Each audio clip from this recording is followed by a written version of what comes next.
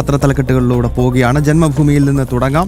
ജന്മഭൂമിയുടെ ആദ്യത്തെ 2 ചിത്രങ്ങളാണ്. ഒന്ന് ഹിന്ദു ഐക്യവേദിയുടെ സംസ്ഥാന സമ്മേളനം ഉദ്ഘാടനമുണ്ട്, അതോടൊപ്പം തന്നെ ക്ഷേത്ര സംരക്ഷണ സമിതിയുടെ സംസ്ഥാന സമ്മേളനം. ഈ 2 പ്രധാനപ്പെട്ട കേരളത്തിലെ ഹൈന്ദവ നവോത്ഥാന പ്രസ്ഥാനങ്ങളാണ്. അതിൻ്റെ 2ൻ്റെയും സംസ്ഥാന സമ്മേളനം ഇന്നലെ ഒന്ന് ചാലക്കുടിയിലും മറ്റൊന്ന് കോഴിക്കോട് നടക്കുകയായിരുന്നു. അതിൻ്റെ ചിത്രം ജന്മഭൂമി ആദ്യം തന്നെ നൽകിയിട്ടുണ്ട്. ഒപ്പം ഖേൽഖറിൻ്റെ നിയമനത്തിൽ രാഹുലിൻ്റെ കാപട്യം പുറത്ത് എന്നതാണ്. അതായത് പശ്ചിമ ബംഗാളിൽ ഒരു നിലപാടും കേരളത്തിൽ മറ്റൊരു നിലപാടും സ്വീകരിക്കുന്ന കോൺഗ്രസിൻ്റെ അഖിലേന്ത്യാ നേതൃത്വത്തെ വിമർശിച്ചുകൊണ്ട് ജന്മഭൂമി ആദ്യ പേജിൽ തന്നെ വാർത്ത നൽകിയിരിക്കുന്നു. മറ്റൊന്ന്, VD സതീശൻ മുനമ്പം ജനതയെ വീണ്ടും വഞ്ചിച്ചു എന്ന വാർത്ത ജന്മഭൂമി നൽകുകയാണ്. കാരണം നമുക്കറിയാം, പ്രതിപക്ഷ നേതാവായിരിക്കുമ്പോൾ ഞങ്ങൾക്ക് അധികാരം കിട്ടിക്കഴിഞ്ഞാൽ ഇങ്ങനെ 3 സെക്കൻഡ് കൊണ്ട് ഞങ്ങൾ ഈ പ്രശ്നം തീർക്കുമെന്നൊക്കെ VD സതീശൻ പറഞ്ഞതാണ്. ആ കാര്യം ഓർമ്മപ്പെടുത്തിക്കൊണ്ടുള്ള ഒരു വാർത്ത ജന്മഭൂമി ആദ്യ പേജിൽ തന്നെ നൽകിയിരിക്കുന്നു. ഒപ്പം പശ്ചിമ ബംഗാളിലെ ഫാൽത്തയിൽ BJP നേടിയ ഉജ്ജ്വലമായ വിജയം. നമുക്കറിയാം, അവിടെ റീ എലക്ഷൻ നടന്ന മണ്ഡലമാണ്. ആ റീ എലക്ഷൻ നടന്ന മണ്ഡലത്തിൽ BJP ഉജ്ജ്വലമായ വിജയം, ഏതാണ്ട് 1 ലക്ഷത്തിലധികം വോട്ടുകളുടെ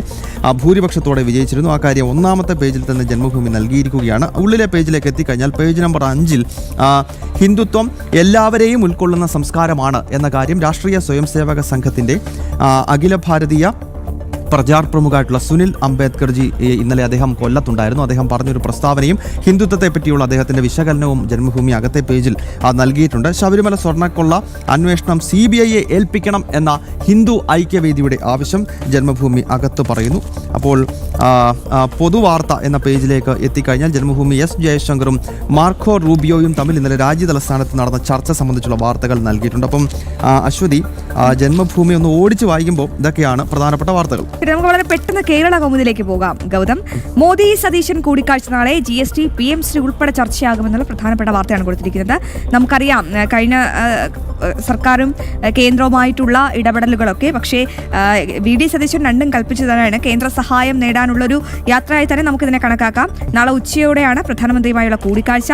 വിവിധ പദ്ധതികളിലെ കേന്ദ്ര സഹായം, GST ഉൾപ്പെടെയുള്ള വിഷയങ്ങളിൽ കൂടിക്കാഴ്ചയിൽ ചർച്ചയാകും. ഒപ്പം സ്കൂളുകളുടെ നവീകരണത്തിനുള്ള PMC പദ്ധതിയിൽ ചില ഭേദഗതികൾ അനുവദിക്കണമെന്ന ആവശ്യവും VD സതീശൻ ഉന്നയിച്ചേക്കാനുള്ള സാധ്യതയുണ്ട്. ഇനി ഗൗതം, 300 മൂവർ ഒത്തുകൂടി എന്നുള്ള രസകരമായ ഒരു സോഫ്റ്റ് സ്റ്റോറിയാണ് കൊടുത്തിരിക്കുന്നത്. അതായത് ഒറ്റ പ്രസവത്തിൽ 3 കുട്ടികൾ ജനിക്കുന്നു. അങ്ങനെ അത്തരത്തിലുള്ള 300 മൂവർ സംഘമാണ് ഒത്തുകൂടിയ മനോഹരമായ ഒരു സോഫ്റ്റ് സ്റ്റോറിയാണ്. നമുക്ക് സമയപരിമിതി ഉള്ളത് കൊണ്ട് ഗൗതം, സമയപരിമിതി ഉള്ളത് കൊണ്ട് നമ്മൾ ജന്മഭൂമിയും കേരള കൗമുദിയും മാത്രമാണ് ഇന്ന് ചർച്ച ചെയ്തിരിക്കുന്നത്.